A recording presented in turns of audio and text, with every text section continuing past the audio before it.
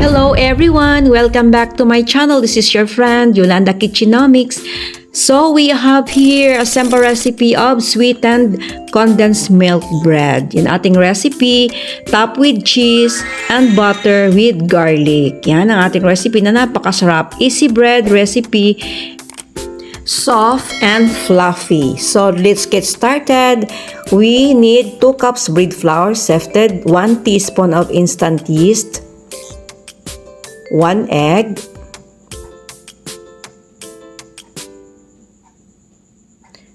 1 teaspoon of salt, 3 tablespoons of sweetened condensed milk. Ang gamit ko ditong brand ay Cowbell. So any brand din pwede po.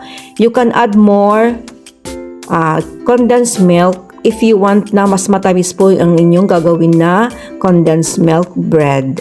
Then, you can add 3 tablespoons powdered milk mixed with 3/4 cup of water. Bali, dilute muna natin tunawin muna natin sa tubig.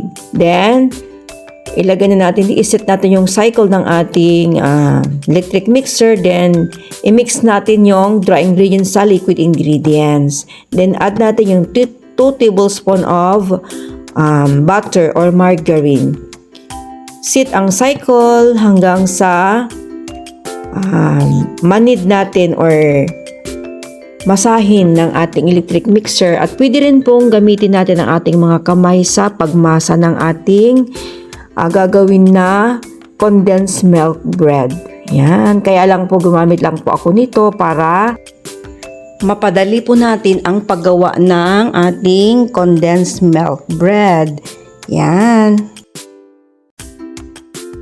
Then, kunin po natin dito sa ating mixing bowl. Then, sa first surface ninyo, like sa akin dito sa wooden ito na work surface ko, dito ko nilagyan ng kaunting flour para kasi medyo basa ng kaunti, pwede kayo mag-add ng kaunting flour para mas lalo pong madali ang masa ninyo ng inyong gagawin na condensed milk bread. Yan, then so i-check ko na yung firmness ng ating dough. Dapat soft and yan, elastic po siya, hindi na siya na bibreak pag binatin mo ng ganyan. Then minasa ko ito ng mga ilang minuto lang hanggang sa mapakinis natin yung ating dough. Nilagyan ko ng butter or pwede nyo rin kayo maglagay ng oil para hindi lang po maging dry yung inyong while pinapaproof pa ninyo yan. Ilagay natin sa baking dish natin. Yan, lagyan ng konting shortening or kaya oil.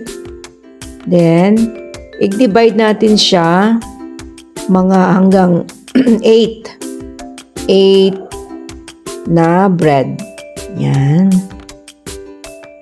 Actually, hindi ko na ito masyadong pina-double size. Para kasi ito lulutuin ko pa kinabukasan. So, rest natin yan for 30 minutes sandali. Then, yan, after 30 minutes at medyo nag-double ng kaunti, then lagyan po natin ng cling wrap. Cover it with cling wrap at ang sa akin po dahil gagamitin ko po o lulutuin ko pa po kinabukasan, nilagyan ko po yan ng cling wrap at inilagay ko po yan sa loob ng aming refrigerator. Yan, place in our refrigerator overnight. Yan. Tapos, kinabukasan ko pa po yan lulutuin.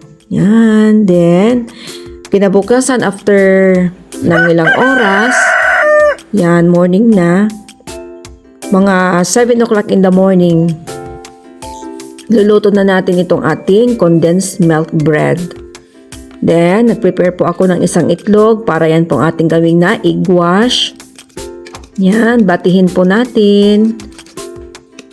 Then, i-brush natin yan sa ating gagawin na condensed milk bread. Nagbibigay po yan ng golden brown na sa ibabaw ng ating bread. Yan. brush po natin ng maayos hanggang sa malagyan po natin lahat na nasa ibabaw. Then, bake in a preheated oven 170 degrees centigrade for 25 minutes until mag-golden brown yung ibabaw. Then, after 25 minutes, yan, bake na tayo. Nakabake na tayo ng ating pang-breakfast na condensed milk bread. Then, brush with melted butter, with garlic, and naglagay po ako dyan ng basil. Kasi meron po kaming tanim niyan na holy basil sa taas ng aming rooftop. So, yan, nilagyan ko po at napakabango. Then, with butter and garlic. Yan, napakasarap na recipe ng condensed milk bread dahil pina-special natin ito sa paglagay natin ng butter sa ibabaw at nilagyan din natin ng basil kasi napakabango at garlic. Yan. Then, top with grated cheese. Yan, meron tayo dito mga grated cheese dito. Grated cheese natin. Yan, with Eden cheese naman tayo. Then, yan, serve na natin para sa ating breakfast. Yan, para sa husband ko. Yan ang kanyang breakfast. Breakfast din namin ni mother. Yan, top with cheese. Yung favorite niyo ng mga cheese dyan. Sa akin, lagay ko dito ay Eden cheese. Yan. Wow, di ba po? Napakasarap na bread. Napakasimpleng gawin. Napaka-easy. Napakadali lamang. So, mayroon na tayong condensed milk bread na very easy, fluffy, soft and fluffy milk bread.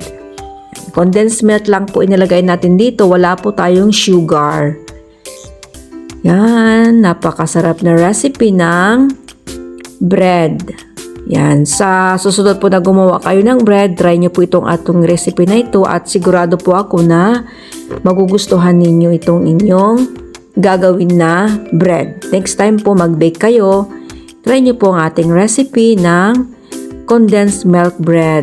Yan, napakasarap. Top with cheese, garlic, and butter. Yan, merong butter yan. Kaya, masarap talaga. As in, yummy. At sana po nagustuhan ninyong ating recipe para sa araw na ito at maraming salamat. Until next time, have a nice day.